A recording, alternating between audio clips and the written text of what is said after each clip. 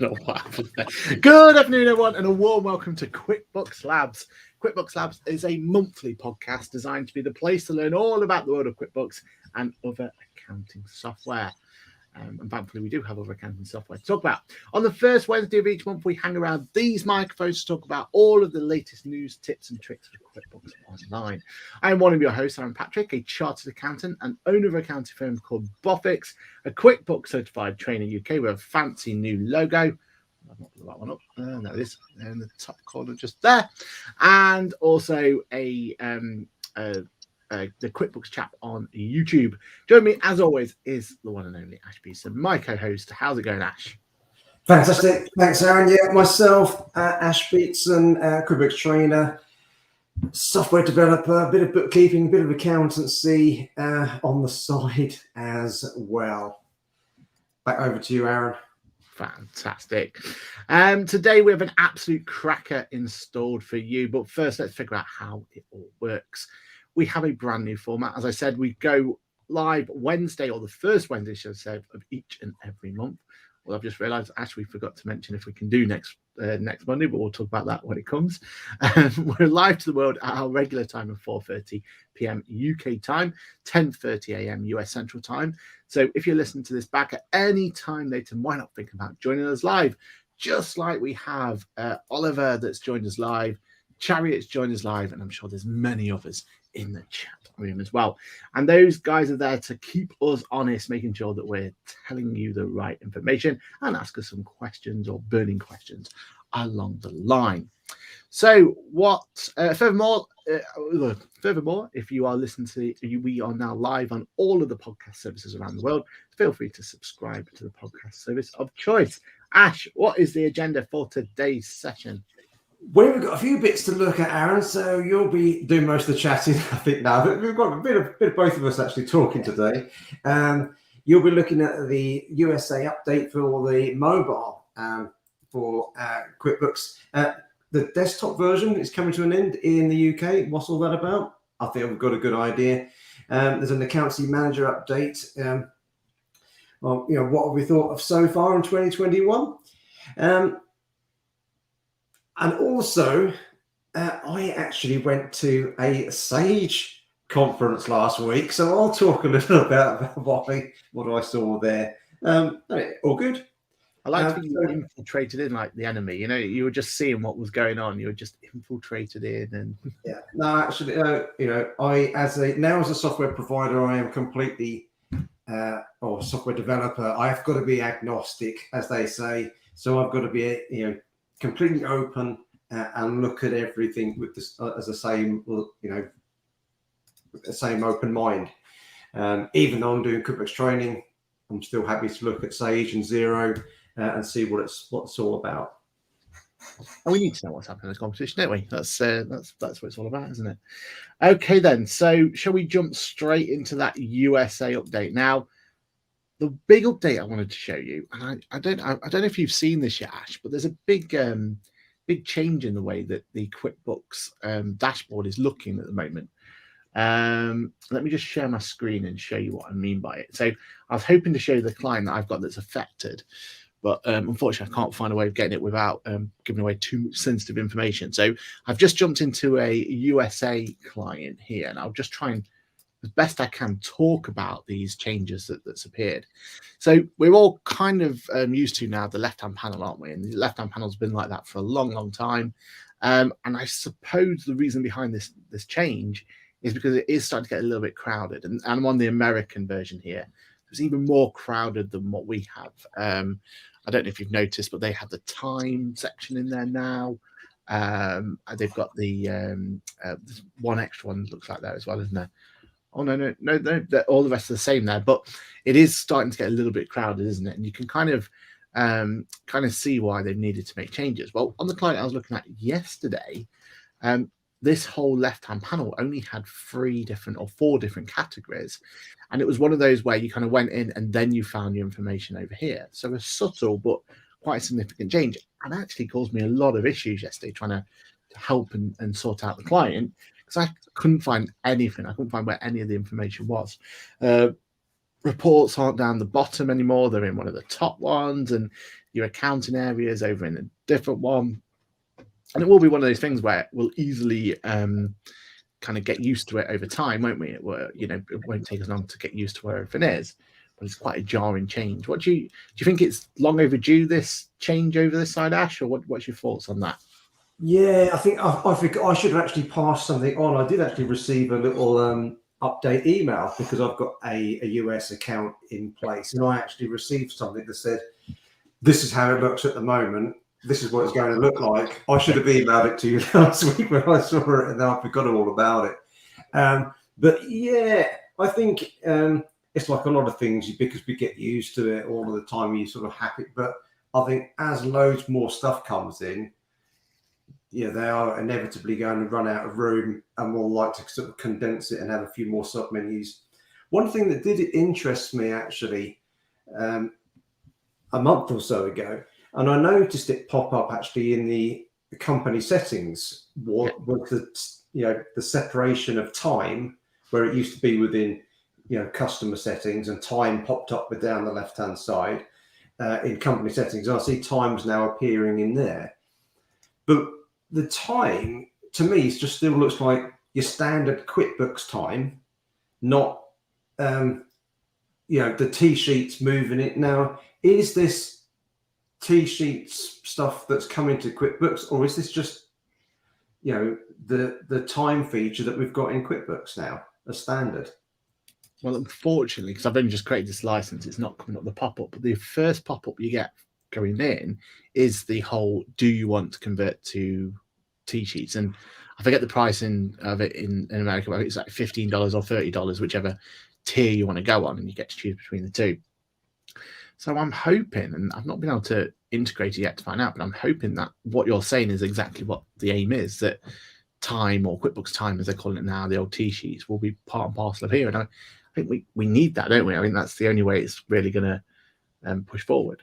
It will be so much easier if it is, because it's just there in the product as a standard thing. Because I know sometimes the integration, sometimes it seems to work for some people and not as well for others. And I know there've been quite a few changes recently, and I've seen pop up in some forums that people have been very happy with some of the change. I think more in the US, with some of the changes that have happened between what was T-sheets that everyone loved, and then what has changed into QuickBooks Time, which people weren't so thrilled about.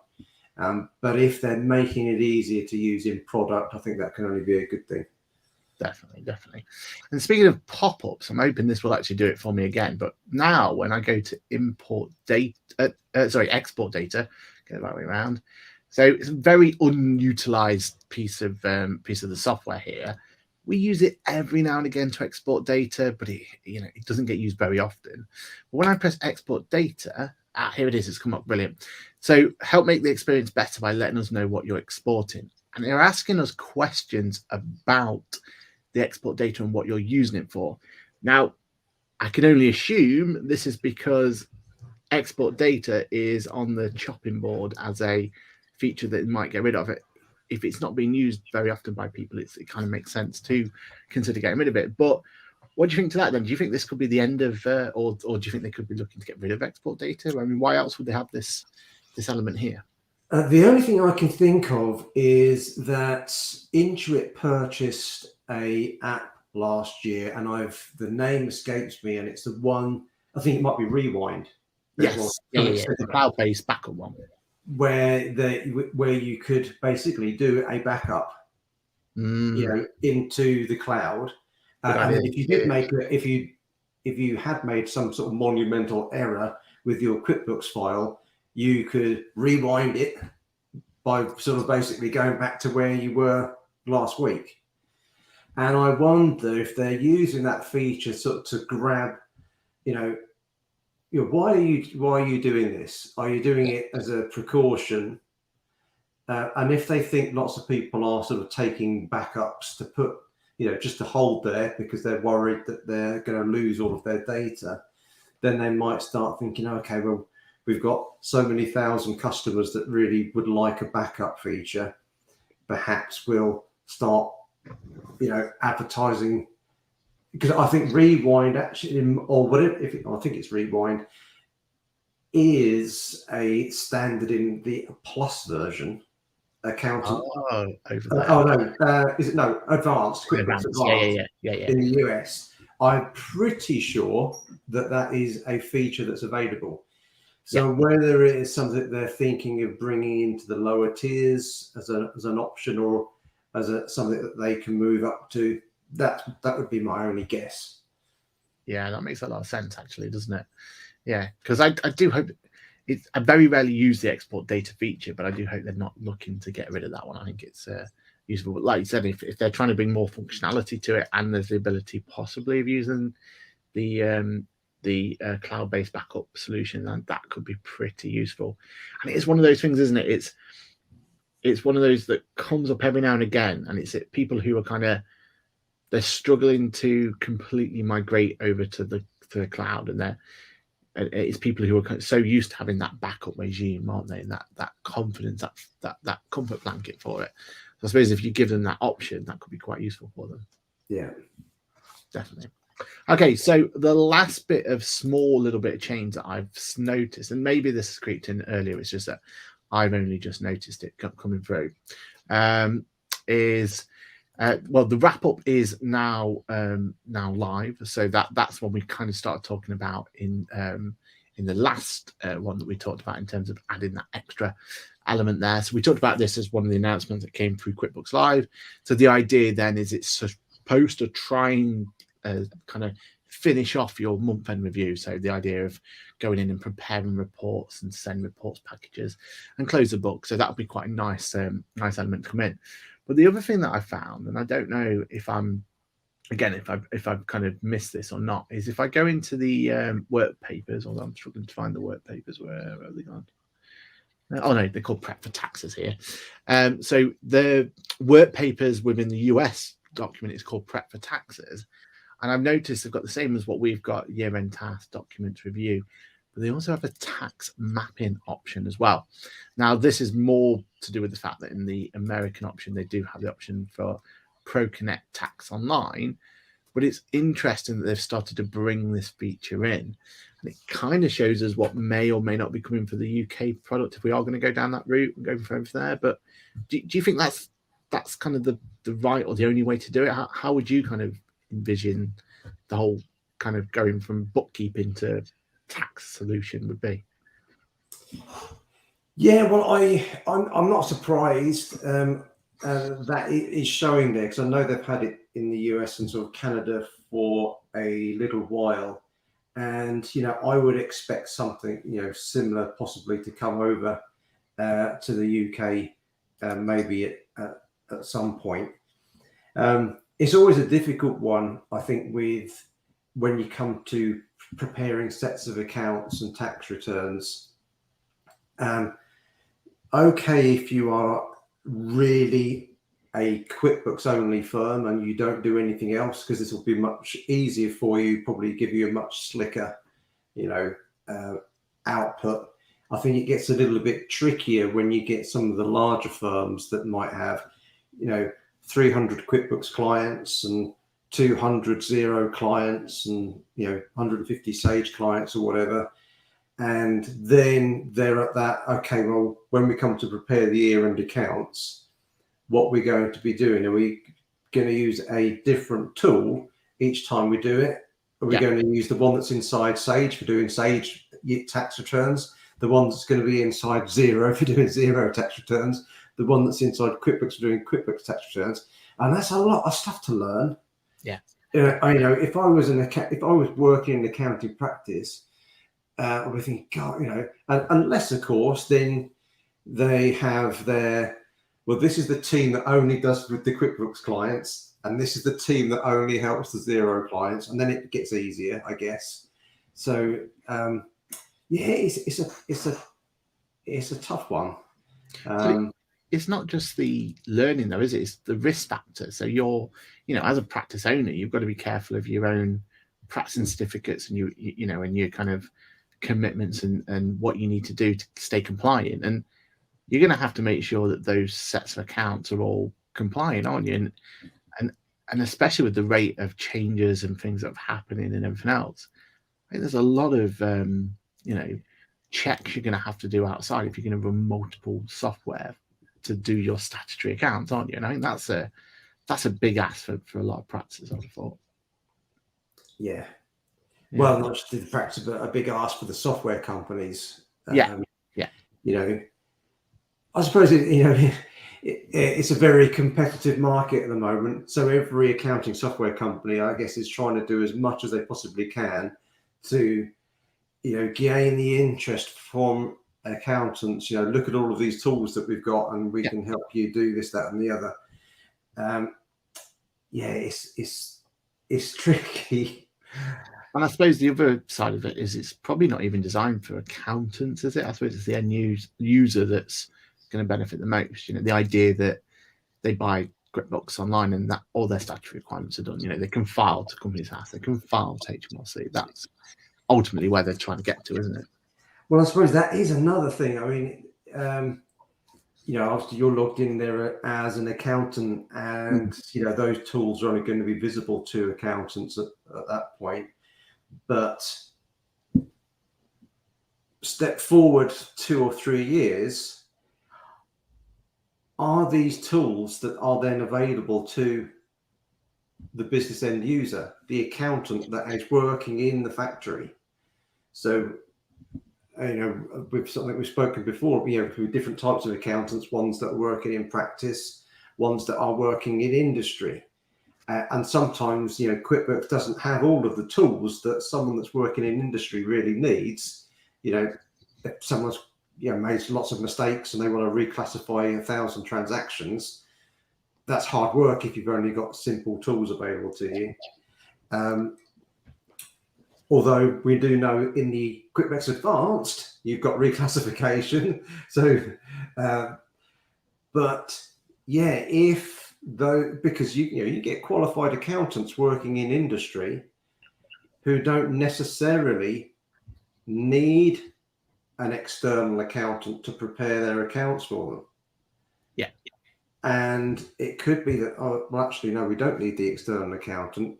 I've got a CCA qualified accountant working within my company who's quite happy to do the accounts and the tax return, and they want to do it directly out of QuickBooks. I guess my only question on that is then, if you make it available for one company, then you make it available for lots of companies. And then how does that relationship between the software provider and the accounting firm? Because, take myself back 3 or 4 years, and it was all about the partnership between the software company and the accountants. And then if there then seems to be some sort of competition between the accountants and the software companies, and we've sort of seen a bit of that already with QuickBooks Live, the additional bookkeeping services that were introduced in the US. Yeah. And there was a little bit of friction because you looked at a lot of the posts that were in some of the Facebook forums and similar, and they weren't happy. The accounting firms that have been really loyal to Intuit for a number of years, or all of a sudden thought, hang on a minute, these are my clients just trying to get off of me. So I don't know, it's difficult. It is, and we've known it for a while, haven't we? It's this whole idea of accountants having to go against compliance versus advisory, and where does that sit and how that's going to move. And even MTD could be the end of certain compliance work for us, because clients might find it just easier to submit their own, and MTD going forward and all that. So there's that whole debate. But you're right, it's such a changing landscape, and I think it's ultimately going to be fueled by what the software companies decide and go from there. But if they can give us the tools we need to make compliant or make advisories or more beneficial, then I think that's going to be where the relationships will go going forward, I hope. Okay, so the next kind of news article we had, it's only a really, really small one, but it's just a few key changes to the mobile app experience. So, can you hear me? Yeah. Yeah. Okay, good. So do let me know if this isn't coming through properly, Ash, when it comes through, because I'm going to quickly share my screen here of my mobile phone, and hopefully you can see that my mobile apps appearing on screen. Is that appearing on screen, Ash? Yeah, I can see it. Wonderful. All right, so really quick one here. So down the bottom there, you'll notice it says today cash flow and menu. So you can see now the cash flow app, and part of it has come front and center. Now, this is purely me doing silver, so tinfoil hat guesstimates and everything else. But when you look at the cash flow app in America and you see kind of their shots and everything else of what's looking through, it seems to be that's where the mobile the banking area is all going to live, where we've got this idea of QuickBooks Bank coming forward. So I assume that the kind of update there is so that this will be the place where you'll be able to do your kind of mobile banking, if you like, with QuickBooks Bank. But I completely guess on that one. I'm still looking forward to be able to test out QuickBooks Bank at a later date. The other thing that I think would be interesting to note as well is they've given you the option as if when you go to send an invoice. So if I was to quickly go and create a brand new invoice, and at the moment this is only on the mobile option. If I just quickly put an invoice on here, press add. Let's quickly put customer against it, be myself, and press save. When you come to sending the invoice, so it says preview and send just there, we now get multiple options of how we can send it. So we've always been able to send by email, which is great. But when we press the share add button, we then have the option of bringing up basically the share element here. So from here, I can say that I want to send this thing. I can pick who it's going to be. So let's send it to myself and press send. And at that point, then I'm now sending basically the invoice via text. So it's giving you multiple options of being able to send your invoices. In fact, you could send it by Facebook, whatever you've got basically on that share option, and they're going to go sending through from there. So yeah, it's a small but maybe hopefully significant change. What do you think to that one, Ash? Yeah, I suppose it depends who you're sending the invoice to. I mean, if you're sending an invoice to a fairly, to a company, yeah, you're always going to send it by email, aren't you? I guess if you are working for someone that's pretty small that doesn't have an email, maybe you might message it to them. I would always be worried if I was, I wouldn't usually send an invoice by, WhatsApp or text or Facebook Messenger, because I think they might overlook it. I don't know, with my experience with Messenger especially, is that in the past someone could actually send me a message through Messenger and I don't even know that I've received it. I might accidentally log into Messenger and think, oh, someone sent me an inquiry 6 weeks ago. I didn't even realise it was there. So that would be my only thing. I guess it's one of those things. It's a nice to have, but I wouldn't really bother with it. I think the thing you lose out there, and it's important for people to know this, is the tracking that you get. So especially when I was first training QuickBooks, one of the key features I used to tell everyone was this, oh, look at this wonderful feature where you send an email out and then, an invoice out, and then you can see when they've opened it, and then you can see each time they've opened it. Well, I mean, I'll just show you what comes up on my phone, but I just get basically a PDF come through, and that's all I've got. So there's no, there's no links there. There's no, I can read this as many times as I want. The person on the QuickBooks side of things have no idea that I've received, like you were saying then about received anything. So we'll lose that functionality. So you kind of you've got to weigh it up. I mean, I do see it really useful for small businesses just to get stuff sent out quickly, get those invoices sent out. I get that. I can see that as a major benefit. But I suppose you've just got to kind of weigh it up with the fact that you can't have that lovely audit trail that I think we've all come to like, haven't we? Yeah. Wonderful. Okay, so the next one that we wanted to talk about, and this is just a real quick one. This one I've noticed going around is I've noticed people like Toolstation, and I think this was part of their like Black Friday deal or something. But it was a case of if you registered with them, they gave you a free 3 years worth of QuickBooks. So a lot of these businesses out there, like they're trying to entice small other business owners to kind of join up to their schemes or buy into their subscriptions, and they're offering QuickBooks as a kind of opportunity as a thing there. So I thought that was really interesting. I thought that's a really clever way, isn't it, for people to kind of be incentivized into QuickBooks if you're kind of being offered it for free. And that must be why Free Agent has been gaining so much traction lately. Yeah, I mean that's that's an interesting one. I've not seen that's definitely from QuickBooks one, is it? I know this from Toolstation. Oh, I mean, but Toolstation offering QuickBooks. Yeah, Toolstation offering a free version of QuickBooks if you sign up with them. Do you know what version it was, or I imagine it was. I mean, let me just quickly read it. Yeah, simple start. So that's enough, though, isn't it? Yeah. Because I would have thought it would be self-employed, wouldn't you?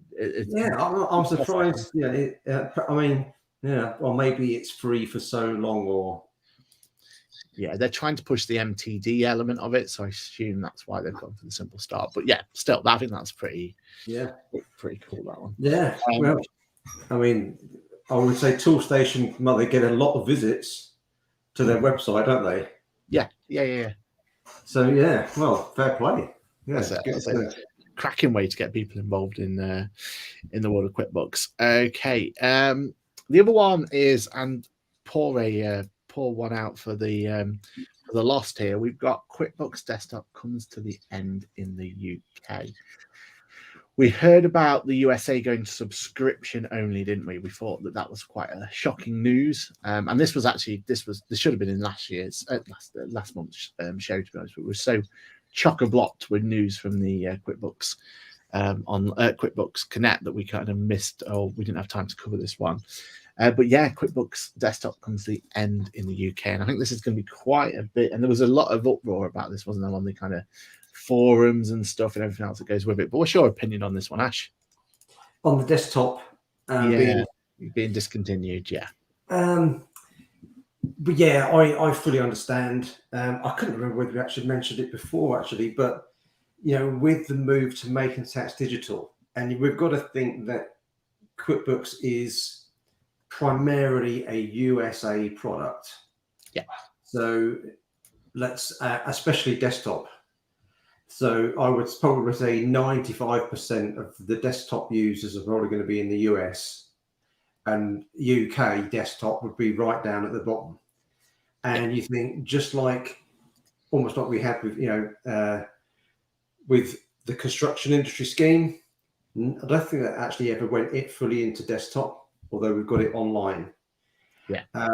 The amount of money that would require being invested into desktop to make it fully Making Tax Digital compliant is probably just not worth Intuit's hassle. So they've just had to, decide, look, if you want to use Intuit products for Making Tax Digital, you're going to have to use it online, because we're not going to be doing it. I've not been told that, but that's just how I would approach it if I'm thinking about it as a software developer. You just think, is it really worth the aggro, all of that testing and for not so much? Probably not. Yeah, it's a difficult one, isn't it? I can completely understand why people are frustrated about this, because they've obviously, QuickBooks Desktop's probably all they've known, or at least they've kind of adapted their whole business model onto QuickBooks Desktop. But there are very few use cases now with the level in which QuickBooks Online has got to, and the parity and the feature parity and everything else, that QuickBooks Online can't do that desktop could do. I mean, there are still some use cases out there, and but even those use cases, majority of the time, there's an app out there that can help, isn't there? And there's the way in which you can find a solution and find a workaround. So, yeah, it's tricky. I don't know. I don't feel like they've had that much warning either. I don't think, because it's the end of the year, isn't it, that it's going? And I don't think there was that much of a time now to kind of move over or anything else. Yeah, I can't. I think they've got a little while they can still use it, but obviously they won't have any updates or. Yeah, it's last update, isn't it? It's end of year, isn't it? And then So I'm sure they'll be able to log into it. Probably for another 12 months. But then it will, it'll, like most things on desktop, if they're not updated, it'll just sort of slow up and just stop working when you try to log in. Because with different Microsoft updates, they can play havoc on the desktop product when it's installed. That makes sense. Yeah. Okay, over to you, Ash. Let's first of all give us a bit of a backstory of what the event was like. So you went to the fancy Sage. Well, they called it a party, didn't they? But it was a Sage update, wasn't it? A product update. There was sort of unveiling of a new products, a new sort of update. So I was very happy to be invited. So really, as an app provider, I received an invite to go and have a look. Pleasantly surprised, really. So I'll share my screen. Share. Let's have a look. From the images we got on social and stuff, it looked like a really nice event. It looked really, really cool. It was. I didn't stay until the end because unfortunately I was driving and needed to sort of get back, but drinks were flowing freely and all that free booze, and I couldn't have any. But never mind. Literally an hour ago, I created another Sage account because I'd had one before, but I think if you've got an existing Sage account, they don't get updated immediately. I think there's sort of a bit of a roll up to update them. So I've just literally created a new account. So, similar to QuickBooks, really, you've got an accountant dashboard where all of your clients are listed. What I do have, because you can have in list view or in folder view.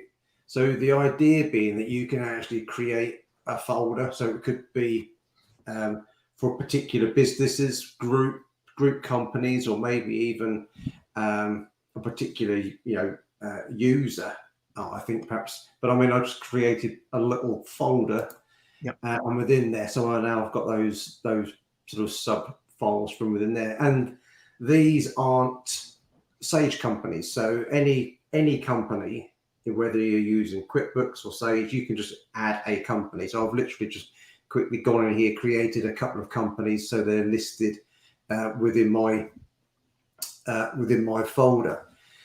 Now, another sort of thing, a slight difference. So this is just in the client management screen. If I just come back into list view, not much difference there.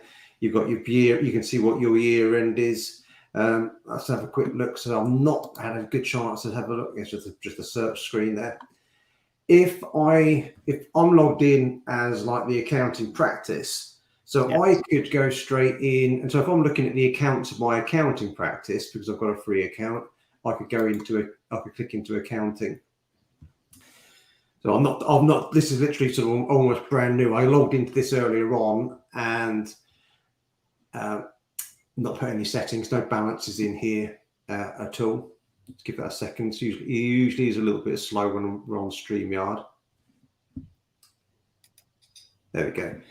So within this sort of like dashboard area, again, you've got these little, tips on how you can do certain things, which is pretty nice.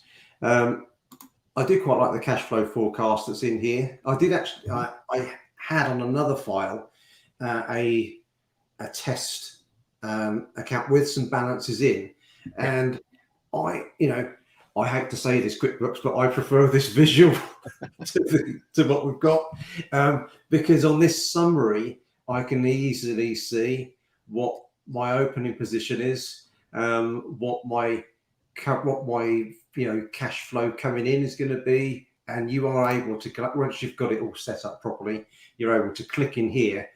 So you'll have your forecast coming in from your standard customer balances, and you can put in your manual ones, so anything future that you expect. Same with your outgoings and your closing balance. So that's quite a nice feature, actually, the cash flow.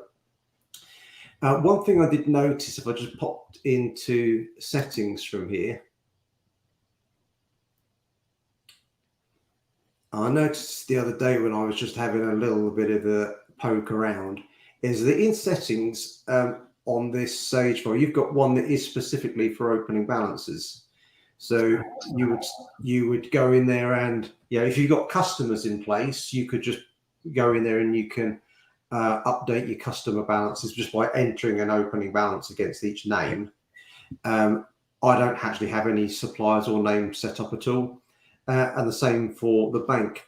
And then the other one that's quite interesting here is that, again, something that you probably do a little bit later on, is that if I've got my sort of ending date there, I could put in a reference. That's gone a little bit slow. So I can put in a journal reference year end. So these opening balances will come through automatically from your other screen. Yeah. And then I could just choose from, okay, so I've got plant and machinery. I'll put in what my cost in there is.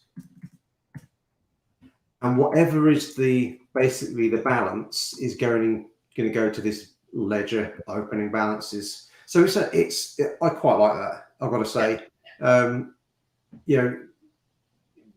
You're something you don't have to do immediately, and it's the same with QuickBooks.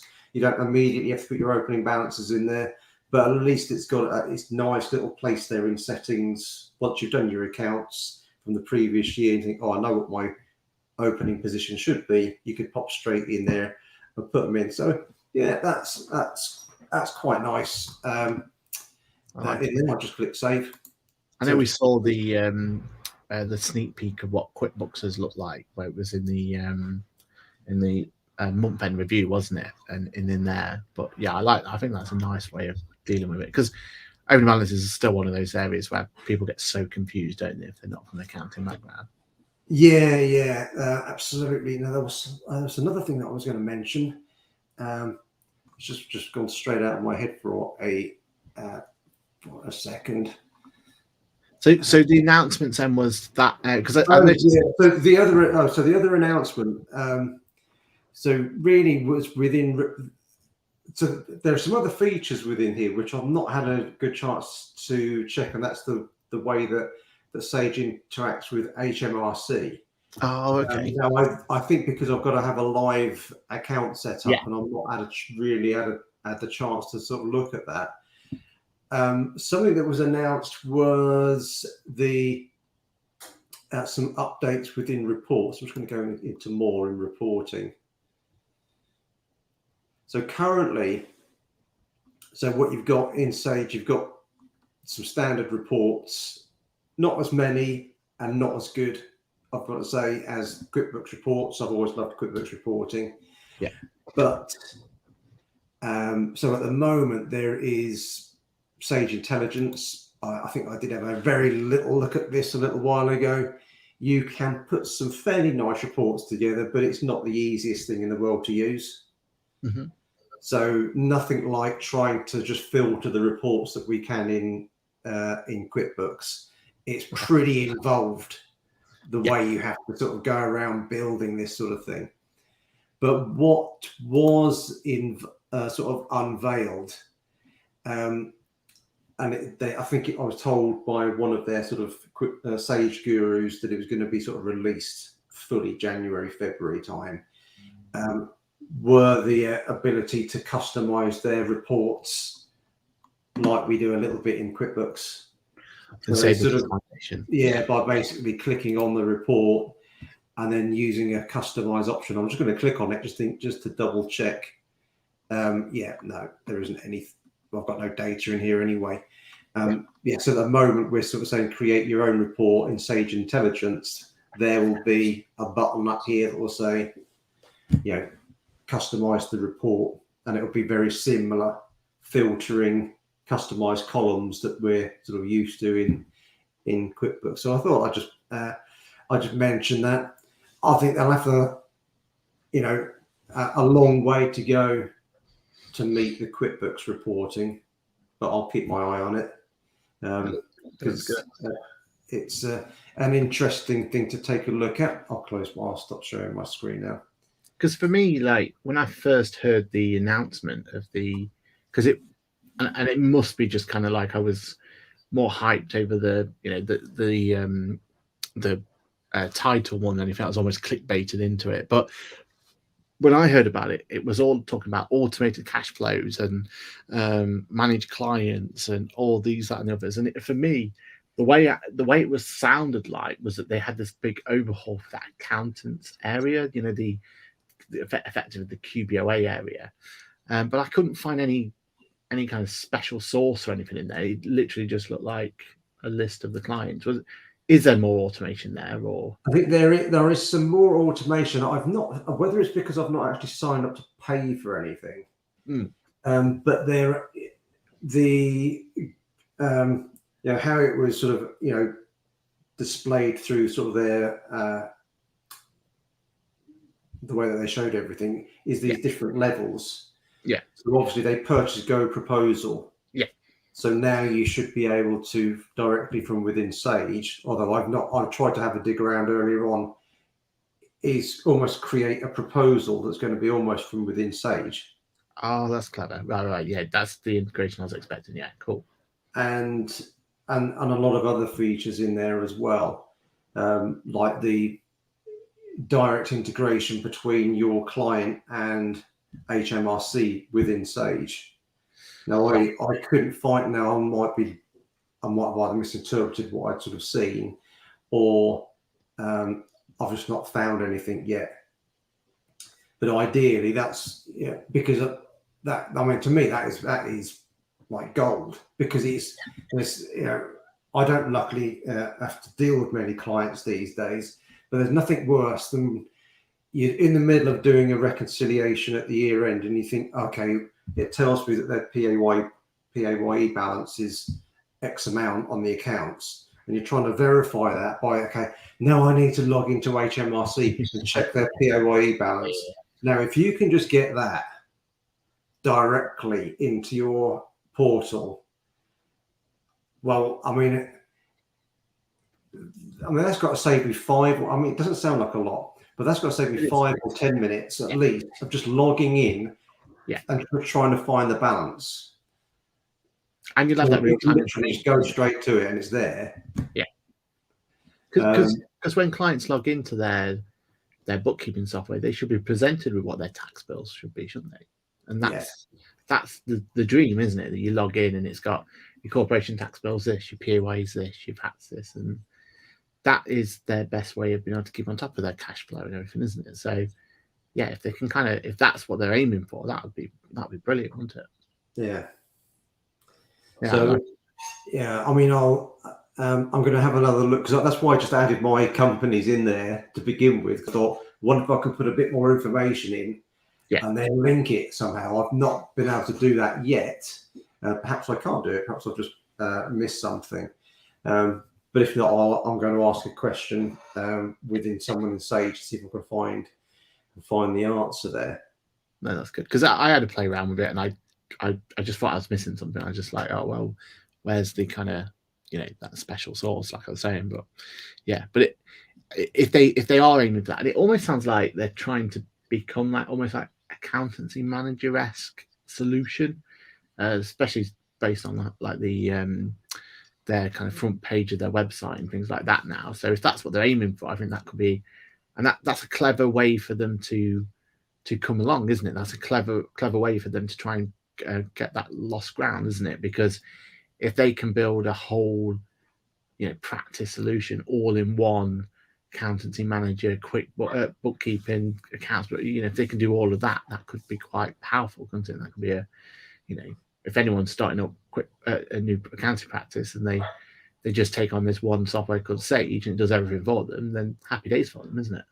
Yeah, I do know that they've had their tax solutions been in there for some time. Files direct. So it's worth keeping an eye on for sure. Definitely. Brilliant. And speaking of accounting manager, my last piece of news before we just do a quick Q&A and then we'll do the last bit of today. Accounting managers themselves have had a few updates, and this update's an absolute doozy. I love this update. So one of the things that can be really frustrating as an accountant can be the world of confirmation statements. And within Accounting Manager now, they've well, it's not quite live to everyone yet. I'm on a nice little beta, but they have the option of Company's House over here. And what they're aiming to do is smooth this whole process out as much as possible. And the idea is that with one click of button, I can send my CSO1 confirmation email. It will download everything I need to know about my client, and then it gets sent straight there.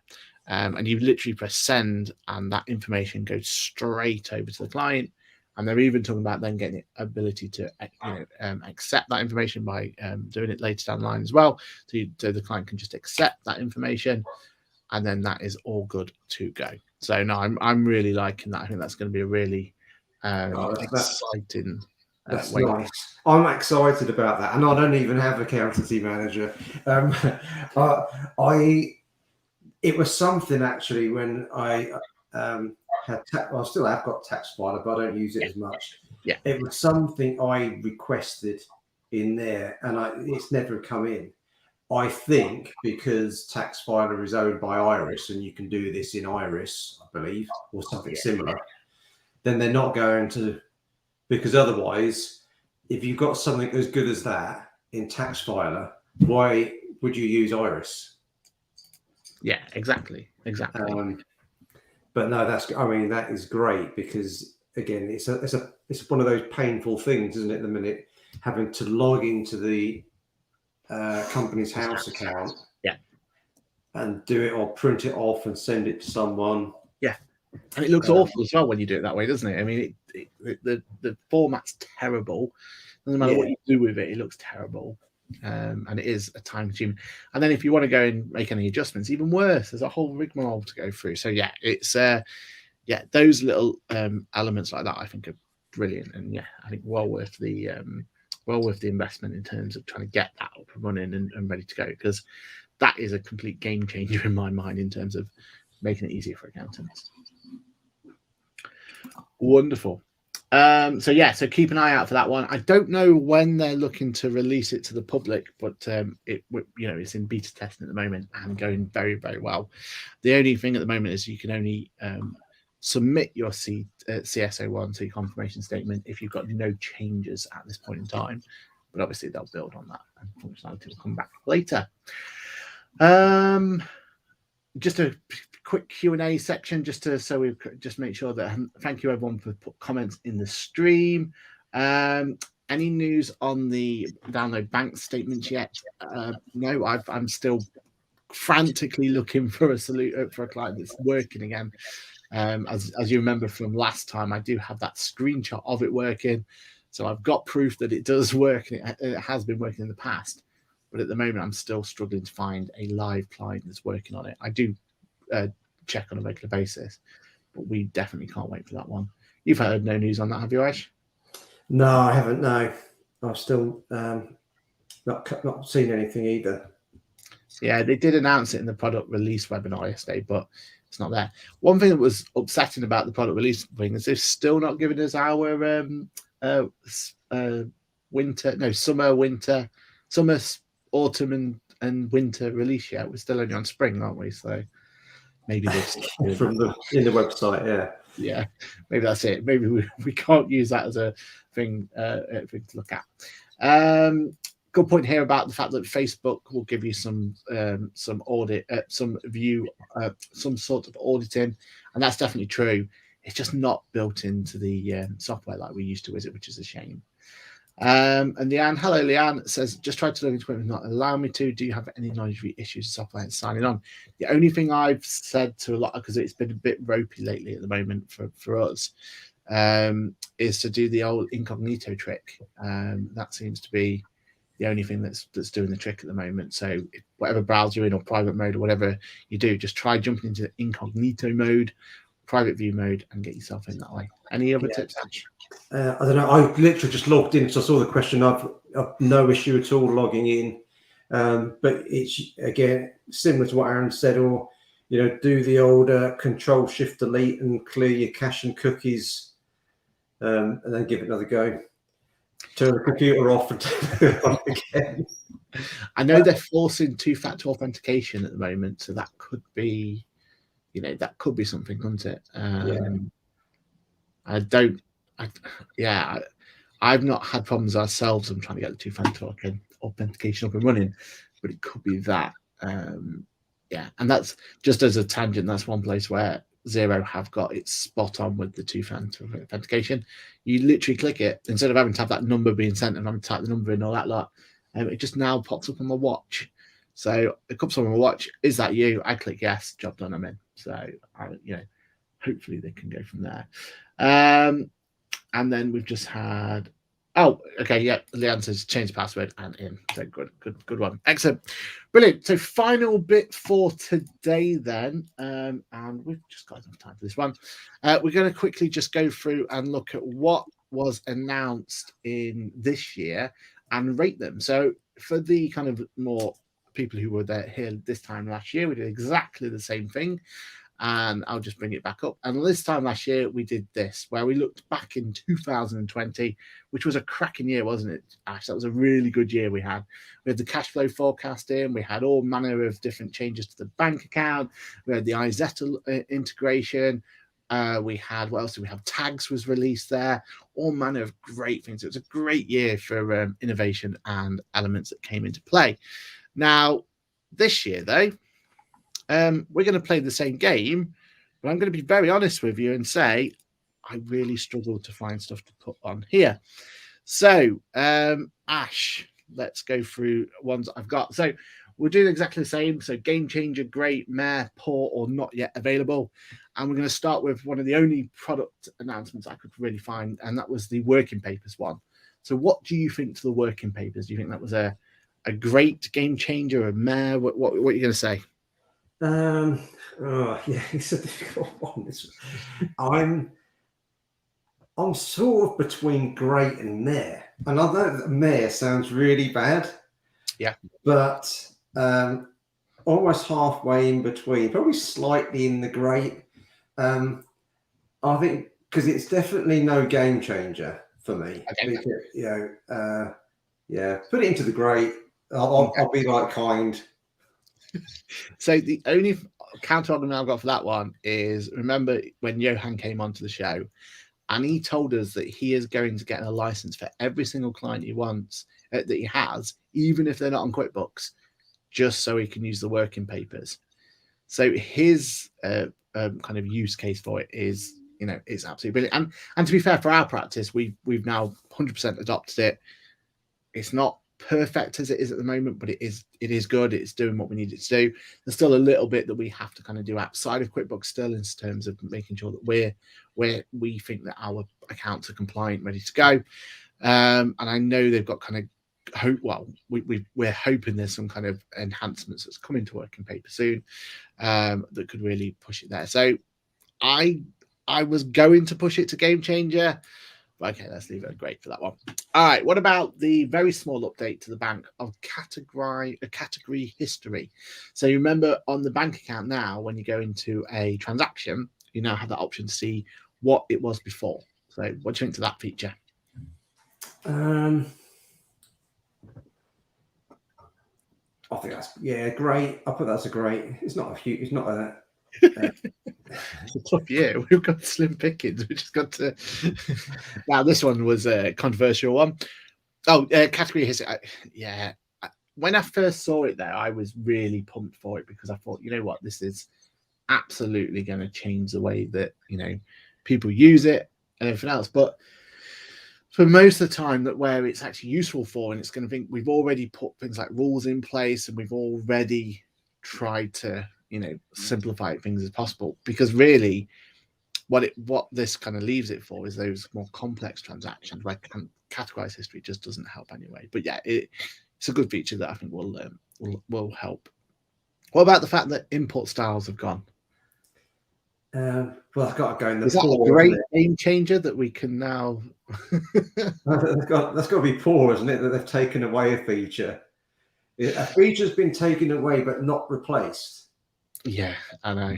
And Poor, then poor show. yeah, I mean, we're in a really awkward place now because for people who don't know, so the import styles was the idea of what we used to be able to do in our Quickbooks Labs, which is a great area in QuickBooks, was the ability for us to make your own custom invoices and upload them, and you could bring in some really, and it wasn't the most kind of, and because it was in beta form, there was always a few errors here and there, and it, there's a few things that didn't quite work and everything else.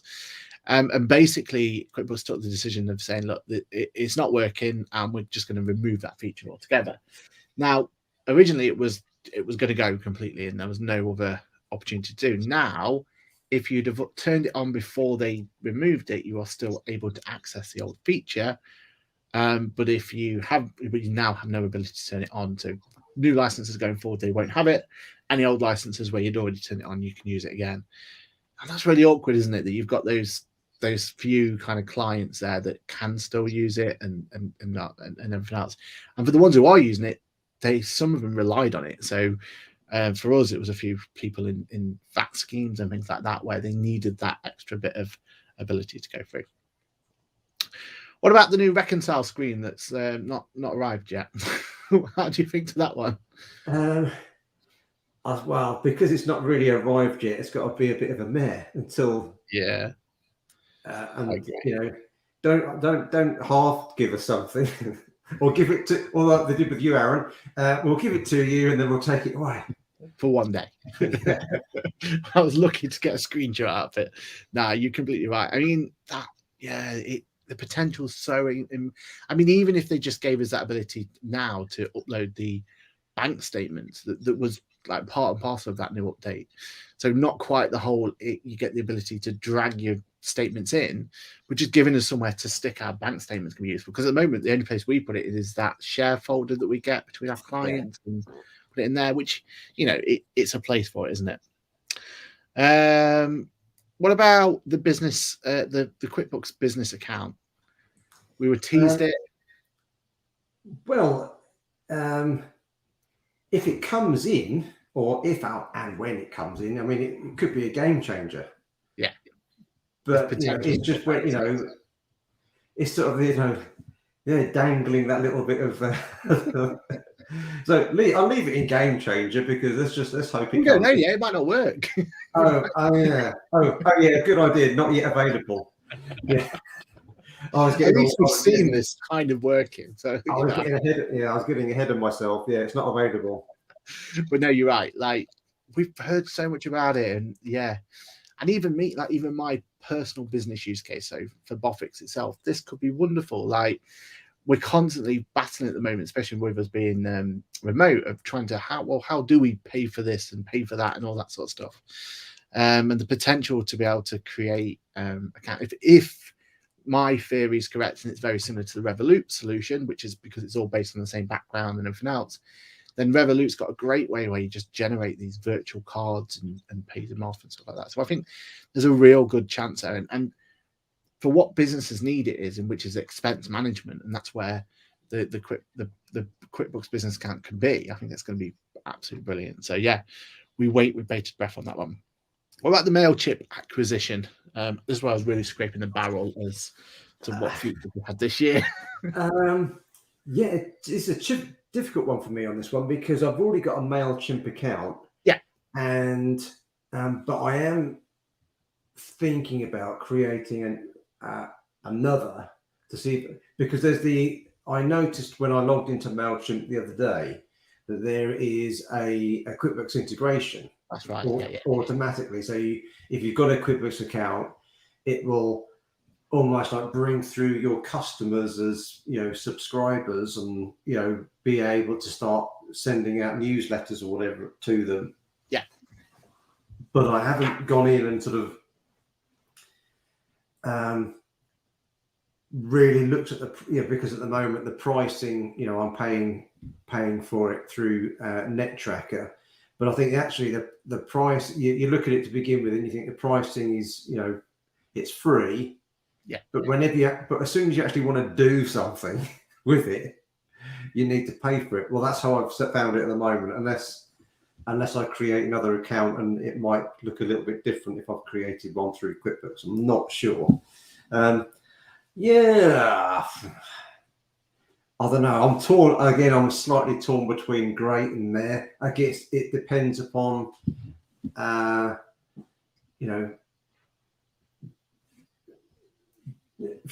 be different for all businesses, won't it? Yeah. So I'll go on your guidance on this one, Aaron. Well, I'm great to game changer on this one, and the reason is because at first I didn't understand it, and I was a little bit confused by the acquisition completely. We spoke about it at length, didn't we, on the show? And it's taken me a while to understand the kind of thought behind it and everything else. But when you see how integrated this integration can be, and the way in which you can really start building up some opportunities to get some better ways in which you can market and really clever ways to market as well. Like the example they showed you was the ability that you could go on and you could you could go in and like only target to people who've bought a particular product from you and had only bought a particular product twice and all them sort of things. You can make these triggers, and if you've got that opportunity or you need that kind of level of marketing, I think it's absolutely brilliant. And what they can do with this opportunity, I think, is really going to push going forward. I mean, we're trying to, it's not quite worked for us yet, but we're trying to find ways in which we're going to use Mailchimp, send out our quotes going forward, where we can make this beautiful quote system.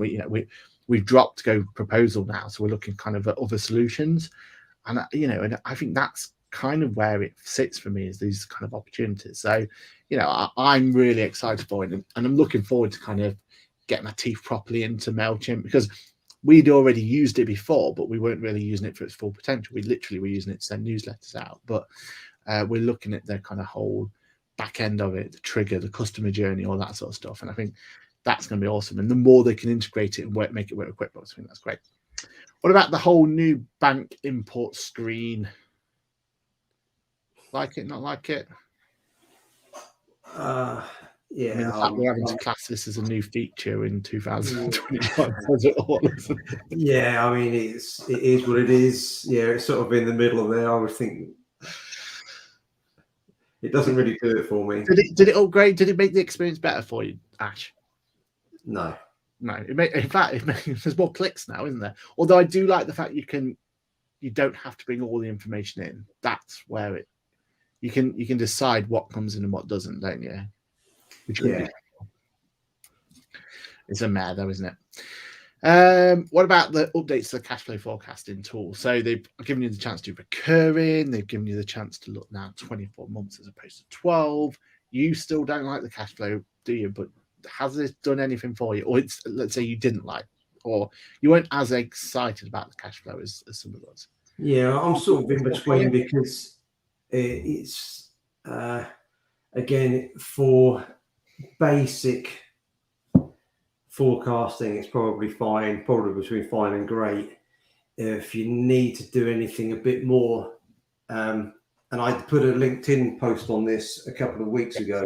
Yeah, I had to just basically go down the Excel route to get the forecast out I wanted. Yeah, it says it all, isn't it? Yeah. Okay.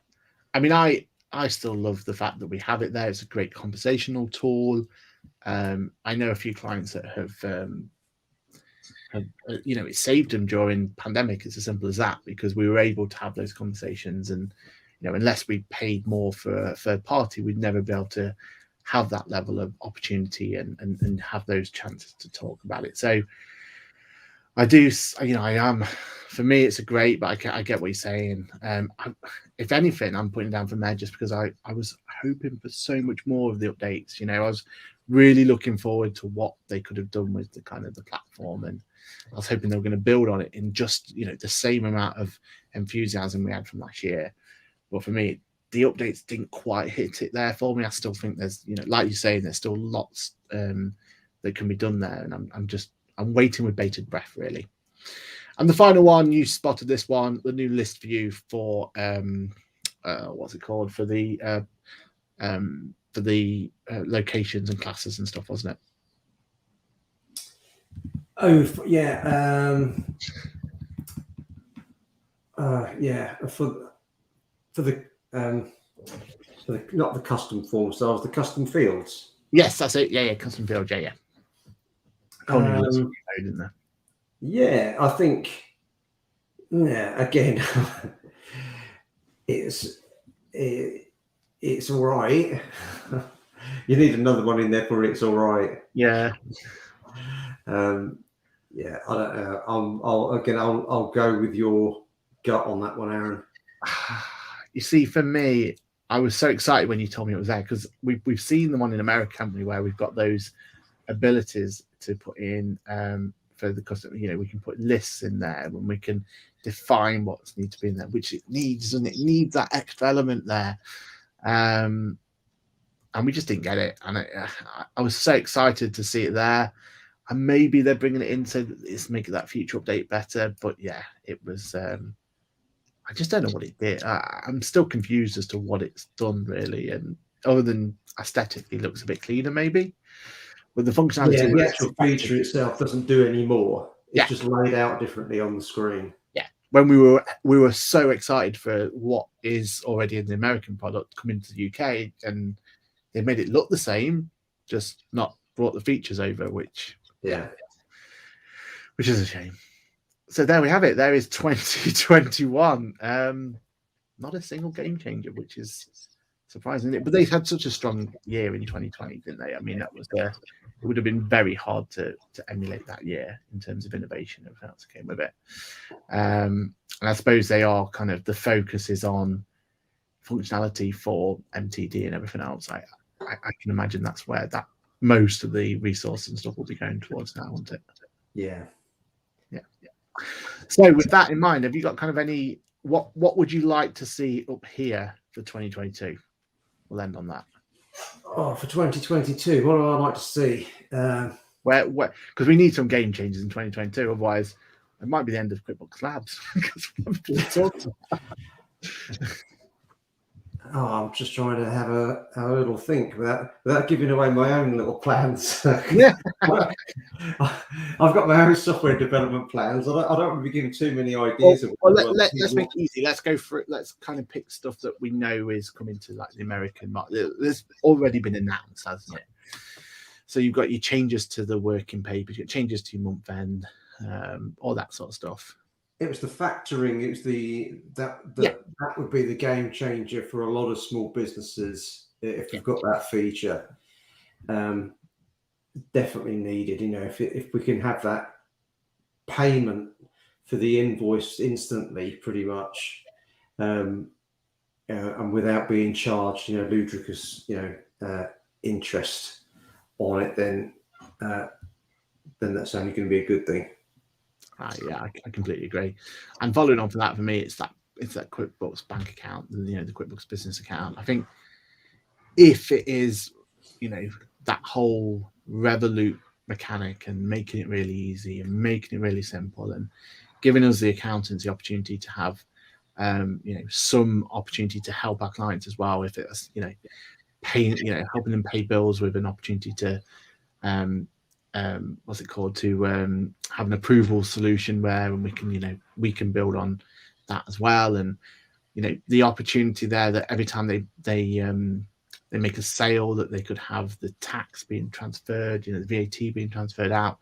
That's what's really exciting. I think that's a whole new way for us accountants to help our clients that we've never been able to do before, and it's less of just telling them to do something and actually doing it for them. I think could be really, really powerful. And I know a lot of clients would really appreciate that kind of level of help. So that's what I'm going for. The business bank account. I'm hoping this time next year when we do this again that we get to put that in that top game changer element. Yeah. Cool. Brilliant. Well, that's it. 2021 finished. Yeah, it was fine, wasn't it, for for a year of QuickBooks Online. All right, then. Anything else that we've missed, Ash? I think that is everything, isn't it? I think that pretty much sums it all up. I just had a look at the calendar. I think we should be back on Wednesday, the 5th of January. 5th of January. That sounds good to me. I can't think of any reason why that wouldn't be a problem, but I'm sure we will let you know on our socials if we had any issues whatsoever. But no, that sounds good to me. So thank you, everybody, for your questions. If you're listening via podcast, don't forget to follow us on Facebook so you can join us live or on our YouTube channels for one of the future episodes. And as Ash has just said, that is the 5th of December. Same time, 4:30 we're hoping for, which is 10:30 a.m. US Central Time, if we've got that right. Ash, have you got any plans for the week or the month, should I say, in terms of video content or anything? No videos at the moment. I'm sort of working on some updates within NetTracker. So we hope to release those early next year. So some nice little tools on the way, not fixed asset tools, other tools. It's a tease, yeah, definitely. I was really hoping you were coming back with your one video a day for Christmas. It was almost like your Vlogmas. That was it. Was brilliant. It was, yeah. What I will do is I do have a discount code for the book. If anyone wants 25% off of the book, I'll put it onto the Quickbooks Labs Facebook page. I've got a discount code that runs between now and the 15th of December. Oh, one thing I did forget, and I know we're running slightly over, is that there is a website called The Successful Bookkeeper. And if anyone's ever comes across that, now they're actually running a summit over the 2nd and 3rd of December, a virtual summit, The Successful Bookkeeper. And you can log in, and again, I'll put a post onto our Facebook page. I'll put a link to it on the Quickbooks Labs page, where you can either pay to attend the summit, or there's a free version as well. But I have got a one or two. There's definitely one video which is being played at a particular time. So it might be 6:30 tomorrow. So they're playing some videos throughout. So I've got one on there which is all about reconciling the balance sheet in a bit more detail, running some advanced reports on the balance sheet as well. So that's worth a look, if nothing else. Oh, nice one. And I can definitely recommend the book as well. Without giving too much away, near enough every person I know is getting a copy of that book for but yeah, they can have a great stocking filler, I would say. I think that's it. And I wish you told me about the 25% off beforehand, because saved me a fortune, Ash, fortune. All right, brilliant, fantastic. So with that then, and my thing, and speaking of Vlogmas, I'm actually doing Vlogmas this year. Not just me though, it's Rachel from Accountancy. She's been on this show a few times now, and we are doing a Vlogmas style YouTube something or other. We're going to be making sure that each and every day one of us will be posting on one of our channels a little mini update of what we're doing for the run up to Christmas. And we've got a few people through the community as well that are going to be joining in, dropping in. And yeah, from here until the 24th of December, we'll have content for you each and every day. So look forward to that. I think I am anyway. I've not quite got my head around how that's going to work yet, but yeah, we'll figure it out. Nice one. Cool. Brilliant. So with that, it is just for me to say it's a goodbye from me. And it's a goodbye from me and from both of us. Have a great Christmas and a happy New Year. Great Christmas, definitely. All right, everyone. Speak to you soon. Have a great Christmas. And if I can press the right button, the outro's coming.